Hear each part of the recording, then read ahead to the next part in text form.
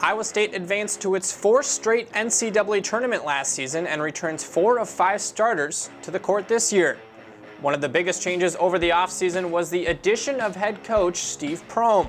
Transitioning from one school to another can always be a difficult task, but is much easier when you have tremendous senior leaders. Man, it's been great. I got great kids. I got great seniors, Niang and Long, McKay, Nader. Those guys have been terrific and just helping me with the transition. Obviously, this is, the timing of the job, getting the job in June, replacing somebody is, an icon really, kind of like Fred, who's been so successful, but just such a,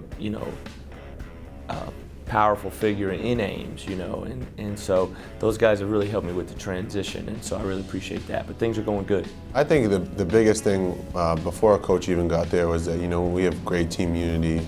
I play with great teammates that really, bring us all together and really remember the common goal that we have is to win and be a family while we're doing that. The transition at first was hard, but that's how it goes with change in general. But it's been really good. Coach Prohm's taking the time out to find out who we are as people off the court and then assess our games on the court. And he coaches us hard, implementing a lot of defense, teaches us some things that we need to take the next step. So it's definitely been a great process thus far. I love Coach Prohm. One of the most important factors on the defensive end for the Cyclones is 6'9" senior Jamil McKay.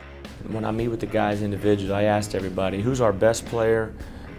Who's the most improved player from last year, but who's our most important player for the success of our team?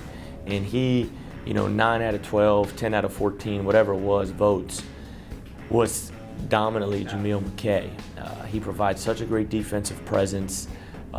He's got such a great flair about him, energetic. Motivation can come from almost anywhere or anyone. The Cyclones, however, are choosing to get their motivation from last year's first-round NCAA tournament loss. We've been using that as motivation. 60-59, 1 point short, losing to UAB in any given situation. We could have won that game, but we didn't, and it hurt. A lot of us were flustered after that UAB loss, going into not knowing if we're going to have a head coach. But I think Coach Prohm really came in, and he has a saying, it's called win the day, and I think that speaks volumes for who we're becoming and who we were. Iowa State will open their season on Friday, November 13th against Colorado. For the Big 12 Digital Network, I'm Mitch Gerber.